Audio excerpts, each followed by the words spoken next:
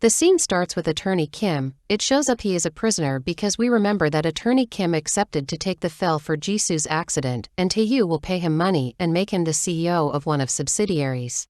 Back to present, Ji Hyung meets Attorney Kim telling him he knows that he serves time in Taeyu's place. Ji Hyung shows him the memory card which contains Jisoo's accident's video.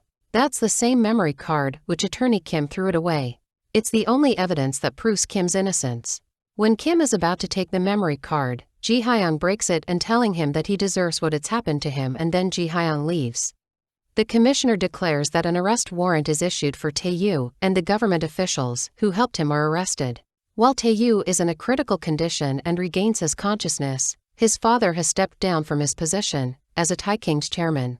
Ji Hyung visits Taeyu in the hospital telling him that the god kept you alive to experience the hell on earth, and he will live the rest of his life in a half-vegetative state, can't hurt a fly, and then Ji Hyung leaves.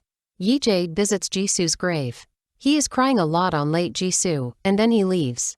Yi-jae carried on living as Ji Hyung, waiting for death to come knocking at any minute.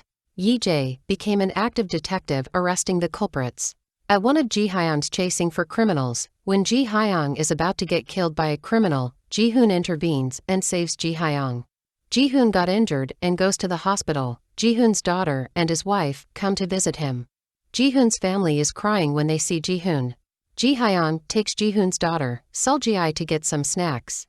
Sol-ji says she worries about her father every time he goes to work. Ji Hyung promises Sol-ji to make sure her father doesn't get hurt while working. She notices Ji Hyung has a wound on his hand, so she puts a bandage on his wound. He thanks her, and then they return back to Ji-hoon's room. Sol-ji runs and hugs her parents. Ji Hyung sees Ji-hoon's family and wishing if he had such a family. Ji Hyung and Ji-hoon continue their working while they chase a criminal. The criminal reaches a dead end on the rooftop. The criminal gets out his gun shooting them. They get shot in their knees. Ji Hyung remembers his promise for Sol-ji. He bears the brunt attacking the criminal. The criminal shoots him several times, ending up them falling down of the rooftop. Ji Hyung ends up dead. Yi-jae backs to the familiar dark place where the death reminds him that death warned him to kill himself.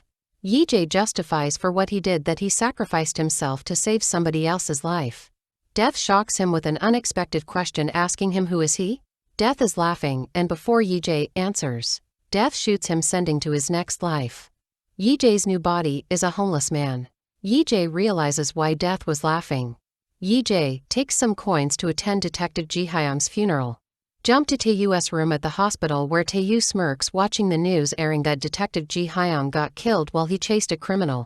Yi-jae attends Detective's funeral seeing Sol-ji cries and thanks the detective because he sacrificed himself to save her father. Yi-jae forgets he is just a homeless man. People there put their hands on their noses from his smell giving him some free food, and then he leaves.